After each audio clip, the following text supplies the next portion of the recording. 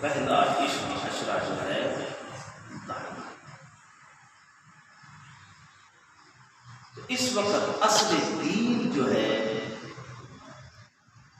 وہ قرآن ہے. اصل دین کیا ہے؟ قرآن. اصل دین قرآن ہے. تو جب ہم قرآن سے دور ہوں گے تو ہم دین سے دور ہوں گے. سیدھا سادہ مسئلہ ہے، اس میں ابہام تو ہے نہیں. جب ہم قرآن کے قریب ہوں گے تو ہم دین کے قریب ہوں گے، ایمان ہمارے قریب ہے. جب ہم قرآن سے دور ہوں گے تو ہم دین سے دور ہوں گے، ایمان ہم سے دور ہوگا. اس لیے رب ذوالجلال نے فرمایا افلا یتدبرون القرآن. تم قرآن پہ غور کیوں نہیں کرتے؟ یہ کوئی معمولی کتاب تو نہیں ہے، اس کو نازل کرنے والا جس پہ نازل کی گئی وہ محمد رسول اللہ. جو واسطہ ہے دونوں کے درمیان وہ سید الملائکہ حضرت جبرائیل علیہ السلام.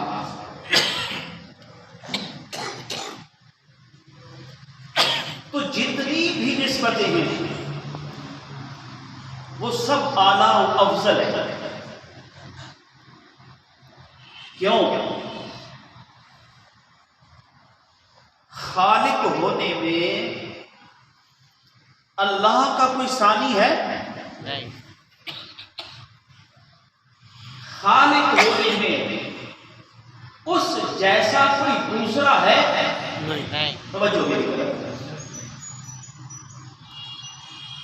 مخلوق میں رسول اللہ کی طرح کوئی دوسرا ہے نہیں. بولے نا نہیں.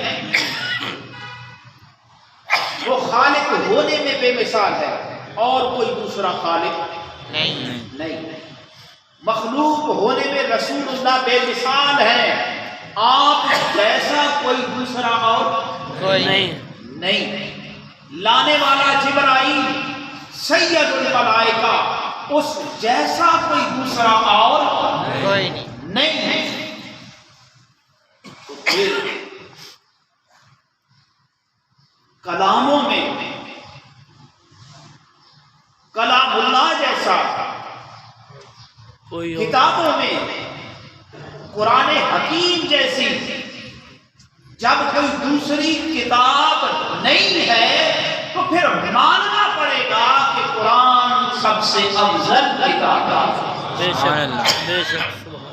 اس کی افضلیت جو ہے وہ مسلم ہے، اس کی حقانیت سے انکار نہیں کیا جا سکتا. اس لیے میں نے عرض کیا کہ اصل دین جو ہے وہ قرآن. بولے نا وہ قرآن حکیم. آج کا مسلمان اس سے جب یہ ثابت ہو چکا ہے، یہ طے ہے کہ تمام کلاموں میں افضل قرآن پاک ہے، اس کی افضلیت سے انکار نہیں ہے، تو پھر یہ بھی ماننا پڑے گا کہ اس کا محافظ اللہ ہے. یہ قرآن کی نص سے ثابت ہے. رب ذوالجلال نے تمام ادیان میں آنے والی کسی کتب کی حفاظت کا ذمہ اپنے نہیں لیا. میرے پروردگار عالم نے اگر کسی کتاب کی حفاظت کا ذمہ لیا ہے تو وہ مالک قدوس کے حبیب کے نازل ہونے والا قرآن. سبحان اللہ. تو جب قرآن افضل ہے تو قرآن کہ اس سمندر میں غوطہ زن ہونے والا بھی افضل ہے. اس لیے میں عرض کرتا ہوں قرآن کی تذلیل کسی کافر نے نہیں کی. قرآن کی تذلیل اور قرآن کو درجہ حقارت میں لانے والا کوئی غیر مسلم نہیں ہے، یہ لا الہ الا اللہ محمد رسول اللہ پڑھنے والا ہے۔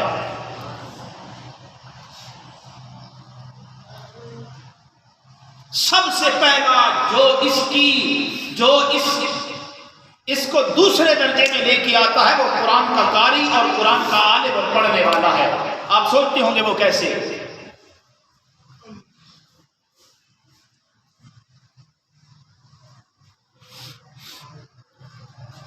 دیکھو میری طرف، جب یہ طے شدہ بات ہے،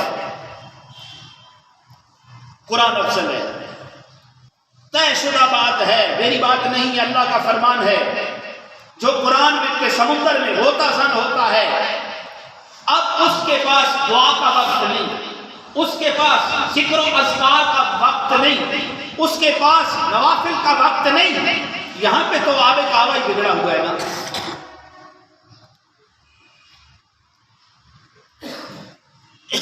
اس قوم کی بات نہ کرو جس کے گھر میں دعا بھی آ کے مولوی کرے گا وہ خود نہیں کر سکتی۔ اگر بریلوی ہے تو جس کی نماز کے بعد کلمہ بھی مولوی پڑھے گا وہ خود نہیں پڑھ سکتی۔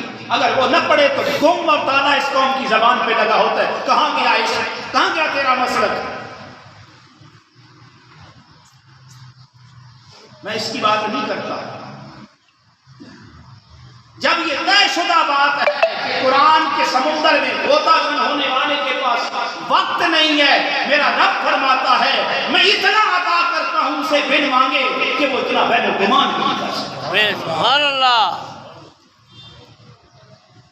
وہ میرے سے دعا نہیں مانگ سکتا، حدیث قدسی، وہ ذکر و اذکار نہیں کر سکتا، وہ قرآن کے معنی اور مطالب میں اتنا گم ہے، وقت نہیں ہے، رب ذوالجلال بن مانگے عطا کرتا ہے۔ بے شک بے شک۔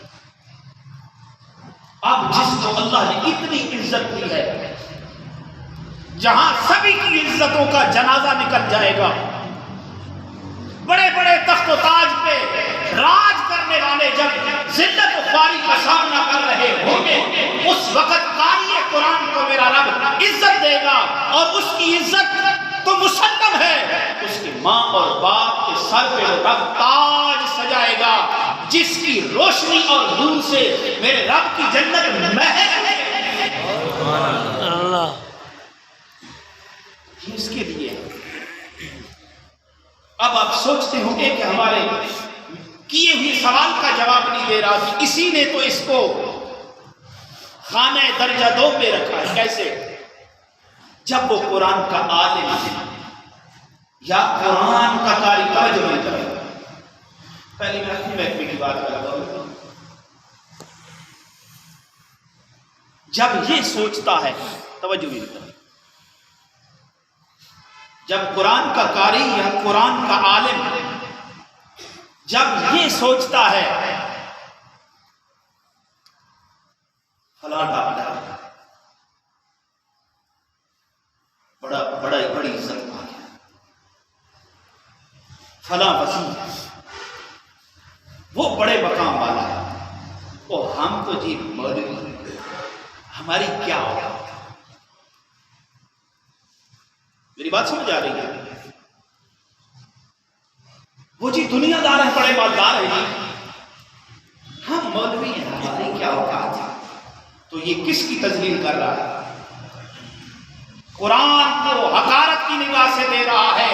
رب نے دین و دنیا کا علم، دین و دنیا کا زیور، دنیا و آخرت کا زیور تیری جھولی میں رکھا ہوا ہے، اور تو عزتوں کی بھیک باہ کمینوں سے مانگ رہا ہے۔ پہلا یہ انسان ہے جو قرآن کا قاری اور عالم ہے، اور یہ قرآن کی تذلیل کر رہا ہے اس وجہ سے کہ فلاں بڑے منصب والا ہے۔ کیا ہے؟ میں سارے طبقوں سے پھر کے آیا ہوں، تھکی ہوئی ذہنیت کے مالک ہیں، خدا کی قسم تھکی ہوئی ذہنیت کے مالک ہیں، اور سب سے بڑھ کر یہ آج کا ملا تھکی ہوئی ذہنیت کا مالک ہے۔ دیکھو نا، آپ مسجد میں کیوں آئے؟ میرے سوال کا جواب دے سکتے ہیں؟ کیوں مسجد میں آئے ہو بھائی؟ آپ کا بیان سننے کے لیے. کیوں آئے ہو مسجد میں؟ آپ کا بیان سنیے. بیان تو چلو جو بیان والے ہیں وہ تو مجھے پتا ہے. مسجد میں آنے کا مقصد کیا ہے؟ نماز پڑھو. نماز پڑھیں گے. نماز کیوں پڑھتے ہیں؟ اللہ کو راضی کرنے. اللہ کو راضی کرنے کے لیے. اللہ کو راضی کیوں کرتے ہیں؟ کوئی جواب نہیں. ویسے ہی راضی کر دیتے. واہ.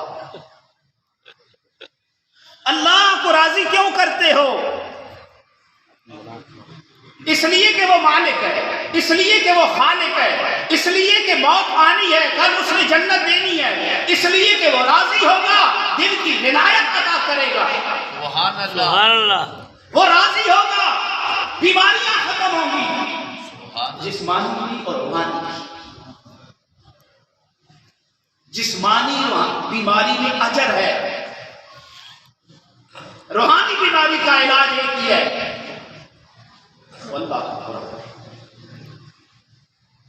اللہ کہتے ہیں ہم اعلیٰ قلوبنا اقفالها. کیا تمہارے دلوں میں تالے لگ گئے؟ جب تالے لگ جاتے ہیں پھر بیماریاں پروان چڑھتی ہیں. نقصان کیا ہوتا ہے؟ برکت نہیں ہوتی. مسلمان کے پاس برکت آ گئی، سب کچھ آ گیا. برکت نہیں، کچھ بھی نہیں. برکت نہ ہوگی تو پھر یہی حال ہوگا جو ہمارا آج دنیا دیکھ رہی ہے. اگر دنیا کی مثال کی تو کیا پاکستان میں کسی چیز کی کمی ہے؟ بولو. نہیں. پاکستان کے ہاں کسی چیز کی کمی ہے؟ نہیں. اس وقت پاکستانی کتنے مزے کے ذلیل ہو رہے تھے. باہر جاؤ تو کہتے چور آ گئے، مانگنے والے آ گئے. اندر آئے تو لائنوں پہ لگے ہوئے غریبوں کو کوئی ہندو تو نہیں ذلیل کر رہا. ایک ٹرک کے پیچھے 1 کلومیٹر کی لمبی قطار ہوتی ہے. کیا حکومتوں کے پاس کمی ہے؟ صرف یہ اس قوم کو ذلیل کرنا چاہتے ہیں. اور یاد رکھو، ذلیل دوسروں کو ذلیل کرتا ہے، عزت والا دوسروں کو عزت دیتا ہے. حکومت کے پاس کون سی کرتی ہے؟ ایک ٹرک آتا ہے، 1 کلومیٹر کی لمبی لائن لگواتے ہو. اور ظالموں ایسے نہیں کیوں کرتے؟ ایک ہی جگہ پہ ڈھیر لگا دو، لوگ آتے جائیں اٹھاتے جائیں. عزت نفس بھی کوئی چیز ہے. میری کوئی کسی سے عداوت نہیں ہے، نہ میں کسی سیاسی پارٹی کا نمائندہ ہوں. میں ایک ہی ہوں، میری اپنی دنیا ہے، میں اپنی پارٹی سے جا کے بیٹھا ہوں. سمجھ آ گئی میری بات؟ اللہ کیوں کہتا ہے قرآن میں بار بار کیوں مانگتے ہو؟ ہر ایک پڑھتا ہے جو مصلی پہ کھڑا ہوا، جس نے 2 رکعت نیت کر لی، وہ یہ نہیں پڑھتا اہدنا الصراط المستقیم. پڑھتے ہو نہیں پڑھتے؟ پڑھتے ہو نا. اللہ سیدھے رستے پہ لے جا. جب سیدھے رستے پہ آئے گا، جو آئے گا وہ سیدھے رستے پہ آئے گا. اس سے کیا ہوگا؟ تیری اجتماعیت آئے گی، تیرے اندر قوت آئے گی، تم مضبوط ہوگے.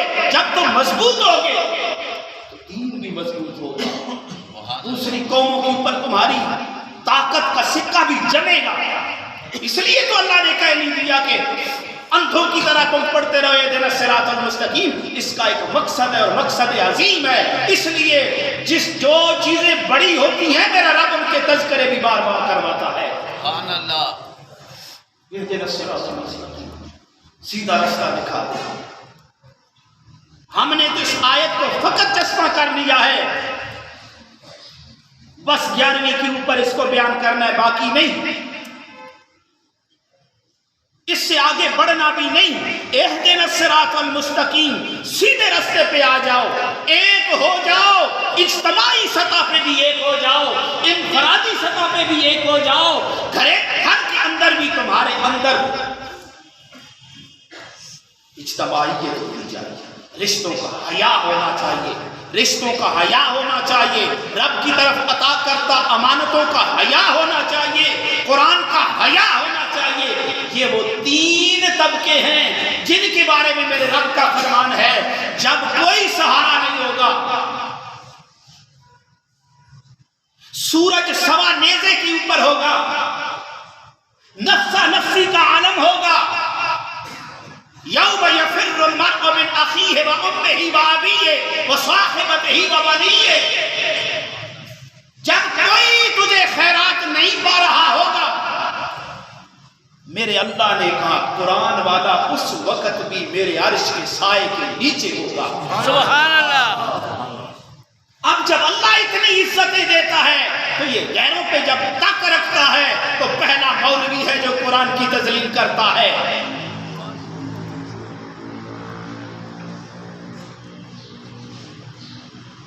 دوسرا امانتوں کا خیال کرنے والا، امانتوں کا حیا کرنے والا. جب کوئی سہارا نہیں ہوگا تو اللہ کے عرش کے سائے کے نیچے ہوگا.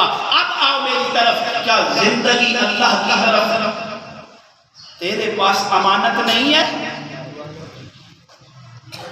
یا تم خود ہی اس کے موجد بھی ہو، خود ہی زندگی کے خالق بھی ہو، خود ہی زندگی کے مالک بھی ہو. بتاؤ اس زندگی کے خالق مالک تم ہو یا اللہ؟ اللہ. کون ہے؟ اللہ. میری طرف، اللہ میری طرف دیکھو. مجھے پتا ہے اللہ ہے، میں کوئی کاکا نہیں ہوں.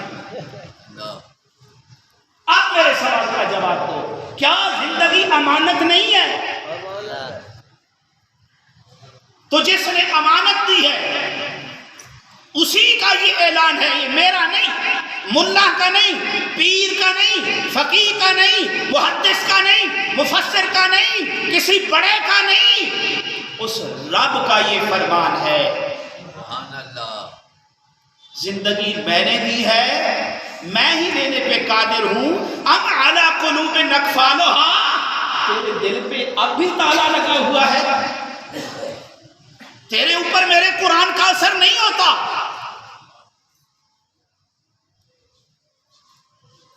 تو اللہ نے جب زندگی دی ہے تو کچھ کنڈیشن بھی اس نے رکھی ہیں، کچھ اصول و قواعد اور ضوابط بھی عطا کیے ہیں کہ زندگی تو نے جو گزارنی ہے یہ امانت.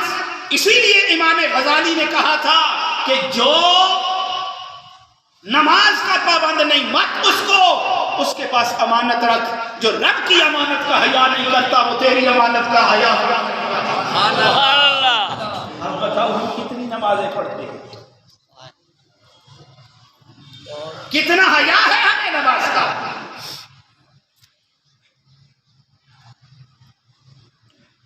کیا ہر نماز پہ اس طرح مجمع سجدہ ہے؟ ایک جمعے والے دن نہیں سجدہ. اتنی بڑی مساجد میں رمضان میں بھی 2-3 صفیں کس لیے تراویح کی نماز میں؟ جبکہ اللہ کے نبی کا فرمان ہے دن کو روزہ رکھ، رات کو قیام کر. سبحان اللہ. قیام میں قرآن مشق ہے. شہر رمضان الذی انزل فیہ القرآن سبحان اللہ. ھدی للناس وبینات من الھدی. اللہ کہتا ہے اس رمضان کے مہینے میں ہم نے قرآن کو نازل کیا. قرآن پڑھا جائے، قرآن کو توجہ سے سنو. جب تم قرآن کو توجہ سے سنو گے لعلکم ترحمون، لعلکم ترحمون، لعلکم ترحمون. تم قرآن کو توجہ سے سنو تاکہ ہم تم پہ رحم. تو قرآن امانت نہیں؟ اس امانت کا کتنا خیال ہے؟ نماز امانت نہیں؟ اس کا کتنا خیال ہے؟ زندگی اللہ کی امانت ہے. کیا اللہ کی مرضی کے مطابق گزارا جاتا ہے؟ اللہ تو کہتا ہے ادخلوا فی السلم کافہ، پورا میرے دین میں داخل ہو جا. ادخلوا، یہ رب تمہیں حکم کر رہا ہے. بتاؤ کسی افسر کی بڑے کی حکم ادا کی جائے وہ ناراض نہیں ہوتا؟ ماں کتنی پیاری لگتی ہے، ماں کتنا پیار کرتی ہے. بہت زیادہ. جب وہ ایک دفعہ کہے، دوسری دفعہ کہے، تیسری دفعہ کہے چلو ماں کی بات نہیں کرتے، زنانی کی کرتے ہیں. اس کی 4 باتیں رد کرو نا تو جوتی ہاتھ میں ہوگی. شام کو گھر میں مسئلہ کشمیر کھڑا ہوگا. ایسا ہے نہیں؟ تو رب بھی حکم کرے ادخلوا فی السلم کافہ، پورا دین میں داخل ہو جائے. اب اس دور میں پورا ہو سکتا ہے؟ ہم نے حالات خود کریٹ کیے. تو اللہ کہہ رہا ہے امانتوں کا خیال کرنے والا جب کوئی سایہ نہیں ہوگا تو میرے عرش کے سائے کے نیچے ہوگا. پہلا کون ہے؟ پہلا کون ہے؟ قرآن والا. دوسرا کون ہے؟ امانتوں کا خیال کرنے والا. تیسرا کون ہے؟ رشتوں کا حیا کرنے والا، رشتوں کو جوڑنے والا. جب رحم یہ کہے گا مالک جس نے رحم کو جوڑا ہے اسے تو اپنے ساتھ جوڑ لے، اور جس نے اس کو توڑا ہے اس سے تو تعلق توڑ لے. تو تیسرا صلہ رحمی کرنے والا، رشتہ داروں سے راضی ہونے والا. جب کوئی سہارا نہیں ہوگا، کوئی سایہ نہیں ہوگا، تو قیامت کے دن اللہ کے عرش کے سائے کے نیچے ہوگا. سبحان اللہ. سبحان اللہ. جہاں اللہ عزتیں دے رہا ہے وہاں پہ بندہ خود اگر اس سے دور ہوتا ہے تو اسے تو اللہ الصمد کہتے ہیں، بے نیاز کہتے ہیں، اسے کیا لگے گا؟ تو یاد رکھنا، اسی وجہ سے میں عرض کرتا ہوں کہ امت مسلمہ کی عزت اس قرآن کے ساتھ محدد ہے. تم قرآن کی عزت کرو، خدا تمہاری عزت کرے. بار بار جو پڑھتے ہو اہدنا الصراط المستقیم، اہدنا الصراط المستقیم، اہدنا الصراط المستقیم، اس پہ غور بھی کرو نا. ہمارا رب یہ چاہتا ہے کہ تم ایک ہو جاؤ. ایک نہیں ہوگے وَتَذْهَبَ رِيحُكُمْ، پھر تمہاری ہوا اکھڑ جائے گی. یاد رکھنا جب ٹائر سے ہوا نکل جاتی ہے، گاڑی کے چاروں ٹائروں میں سے نہیں ایک میں سے ہوا نکل جائے تو گاڑی رک جاتی ہے. پھر جب تک اس میں ہوا نہیں ہوگی تب تک نہیں چلے گی. ہوا نہیں بھریں گے تو کیا ہوگا؟ گاڑی نہیں چلے گی. گاڑی نہیں چلے گی. جب تمہارے اندر سے ہوا اکھڑ جائے گی نا دین والی، پھر تمہاری زندگی میں، تمہاری عزتوں میں، تمہارے مقام میں، تمہارے مرتبے میں، تمہاری شان میں کمی آ جائے گی. اور آج دیکھ رہے ہو تم، آج اس کا مشاہدہ کیا جائے، اس کا علاج ہے نا وَاعْتَصِمُوا بِحَبْلِ اللَّهِ جَمِيعًا سبحان اللہ. وَلَا تَفَرَّقُوا وَاذْكُرُوا نِعْمَةَ اللَّهِ إِذْ كُنتُمْ أَعْدَاءً فَأَلَّفَ بَيْنَ قُلُوبِكُمْ فَأَصْبَحْتُمْ بِنِعْمَتِهِ إِخْوَانًا وَكُنتُمْ عَلَى شَفَا حُفْرَةٍ مِّنَ النَّارِ فَأَنقَذَكُم. سبحان اللہ. اس وقت کو یاد کرو جب تمہارے بدترین حالات تھے.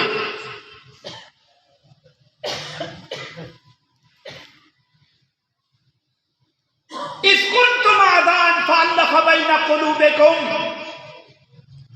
جب تمہاری معمولی باتوں پہ 40 سال تک تم جنگیں لڑتے تھے، کائنات کی افضل ترین جگہ پہ تم ننگے طواف کرتے تھے، جب تمہارے ہر رشتوں کا حیا نہ تھا. فَأَلَّفَ بَيْنَ قُلُوبِكُمْ، ہم نے تمہارے دلوں میں الفت ڈال دی، محبت ڈال دی. شفا حفرۃ من النار، تم آگ کے کنارے کھڑے تھے. جب ہم نے محبت ڈالی پھر قومیں تمہاری مثالیں دینے لگی، قوموں پہ تم راج کرنے لگے. چائنا کا روزستان یہ کہنے پہ مجبور ہو گیا کہ ہم عمر کا دور لانا چاہتے ہیں. انڈیا کا گاندھی یہ کہنے پہ مجبور ہو گیا کائنات میں اگر افضل ترین حکمرانی تھی تو ابو بکر عمر. سبحان اللہ. لوگ تمہاری مثالیں دیتے تھے. کیوں؟ وَاعْتَصِمُوا بِحَبْلِ اللَّهِ جَمِيعًا، جب تم نے اللہ کی رسی کو مضبوطی سے تھاما، اللہ کی رسی سے مراد دین ہے، اور اس وقت دین تیرے پاس جو ہے وہ قرآن ہے، جب قرآن کے قاری بنے، قرآن کے داعی بنے، قرآن کے مبلغ بنے اور مخلص ترین انسان پہ کائنات میں، تو زمانہ ان کی مثالیں ہیں۔ سبحان اللہ۔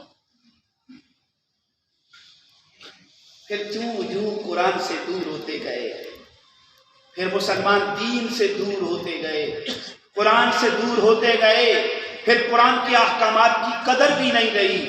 بڑی مسجد میں ہوگی، کیا نام ہے، محفل ہوگی، ختم کی ہوگی، 11ویں کی ہوگی، میلاد کی ہوگی، 40واں ہوگا، نماز کا وقت ہوگا، ہیں جی، اس وقت سب کے وضو جب اگر ایک دم بیٹھے کے اعلان کر دو نا، چلو جی نماز ادھر ادا کرتے ہیں، 1% لوگوں کا وضو ہوگا، باقی مولوی بھی بار، پیر بھی گاڑی میں، بڑے بڑے حاجی نوازی بھی بار،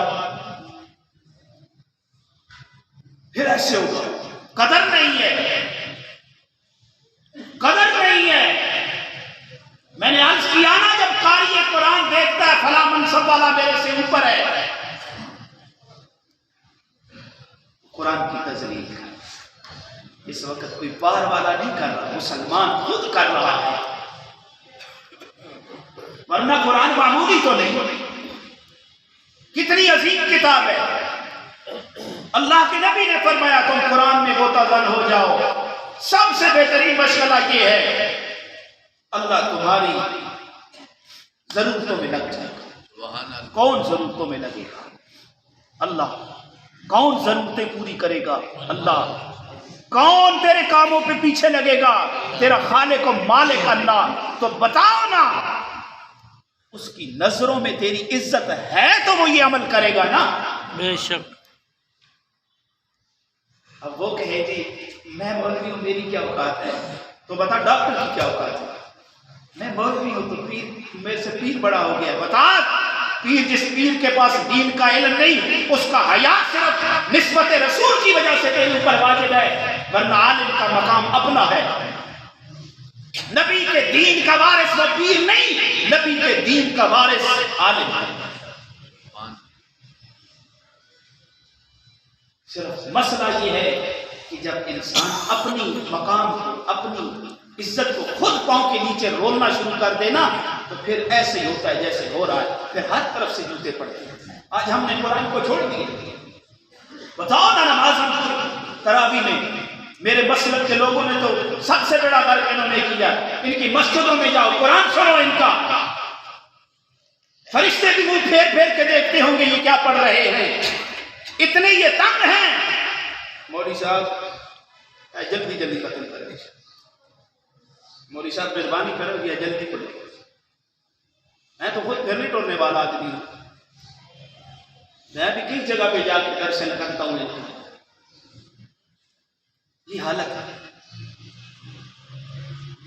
جب کائنات میں افضل ترین کلام کے ساتھ ہم یہ حشر کر رہے ہیں، تو ہمارا یہ حشر ہونا ہے جو ہو رہا ہے۔ دیکھو نا، نبی پاک کا فرمان ہے، کسی ایرے گہرے کی بات نہیں ہے، خیرکم من تعلم القرآن وعلمہ، بہترین وہ انسان ہے جو قرآن سکھاتا ہے اور جو قرآن سیکھتا ہے۔ سیکھنے والا سیکھنے کے ارادے سے گھر سے نکلتا ہے، اس کے پاؤں کے نیچے میرے رب کے رحمت کے فرشتے پر پھیلاتے ہیں، اور اس کو کیا چاہیے؟ یہ عزتیں کون دے رہا ہے؟ تیرا اللہ۔ جنت جب میدان سج چکا ہوگا، میرا رب حکم کرے گا پڑھتا جا، جنت کی سیڑھیاں چڑھتا جا، پڑھتا جا، جنت کی سیڑھیاں چڑھتا جا، جہاں پہ والناس آ جائے گی وہاں پہ تیرا محلہ آ جائے گا۔ کسی اور کو یہ بشارت دی نہیں، قرآن والے کو بشارت دی۔ اور آج اگر کسی کا کوئی اولاد کا کوئی گلا گھونٹ رہا ہے نا، تو کوئی غیر مسلم نہیں گھونٹ رہا، باپ اپنی اولاد کو دین سے دور کر رہا ہے۔ ساتھ حجت یہ ہے کہ مولوی ٹھیک نہیں ہے۔ بتاؤ نا، کپڑوں میں جوئیں پڑ جائیں تو کپڑے اتار کے پھرتے ہو، توجہ میری طرف. کپڑوں میں جوئیں پڑ جائیں تو کپڑے اتار دیتے ہو یا جوئیں نکالتے ہو؟ بسترے میں جوئیں پڑ جائیں تو بسترا اٹھا کے گلی میں پھینک دیتے ہو یا دھو کے صاف کرتے ہو؟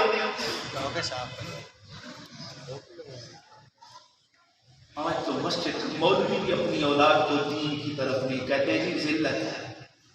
استغفر اللہ العظیم. دین میں خواری ہے. وہ اگر ذلیل لوگ تمہیں ذلیل کرتے ہیں تو تم بھی ذلیلوں والی حرکت تو نہ کرو نا, خدا کا خوف کرو. اسی لیے میرے نبی نے کہا تھا ایک زمانہ آئے گا امام تلاش کیے جائیں گے اور امامت کے لیے امام نہیں ملے گا, اور وہ حالات ہم خود کریٹ کر رہے ہیں. بتاؤ جب کوئی نہیں پڑھائے گا تو ہماری قوم کی تو یہ حالت ہے, جب ملا مسجد میں نہیں ہوتا تو لڑتے ہیں ایک دوسرے کو, دھکے مارتے ہیں, گالیاں دیتے ہیں, نماز کون پڑھائے گا؟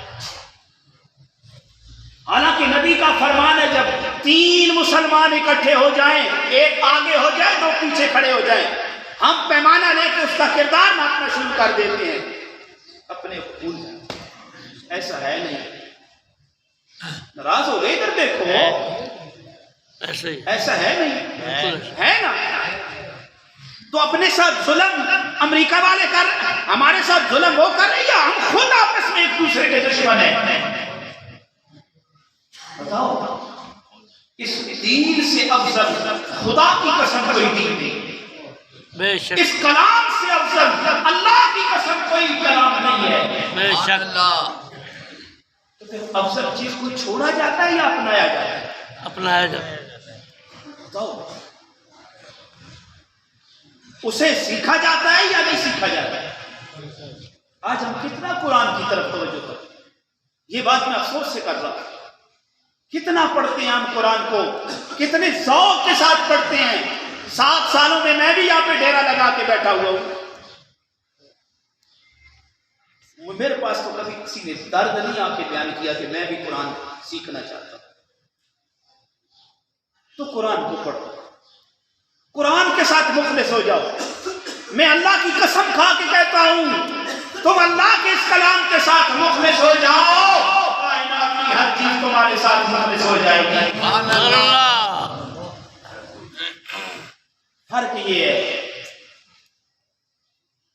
کہ آج جو عزت قرآن کی ہونی چاہیے تھی اور ہم نے خراب کیا, ہم ہیں اس کے مجرم. اللہ کی قسم ہم مجرم ہیں, کلام کے مجرم ہیں ہم. ہمارا پڑھنا دیکھو, ہمارا عمل دیکھو, ہمارا کردار دیکھو. کسی غیر نے قرآن کے اوپر ڈاکہ نہیں ڈالا, قرآن والوں نے شروع کیا. اگر آج بھی ہم میرے نبی کی جماعت اس کے بعد جو آئے, جس طرح وہ قرآن کے مخلص, قرآن کے ساتھ مخلص تھے, ہم بھی ہو جاتے ہیں. میں اللہ کی عزت کی قسم کھا کے کہتا ہوں, رب بھی وہی ہے, قرآن بھی وہی ہے, محمد رسول اللہ کی شخصیت بھی وہی ہے.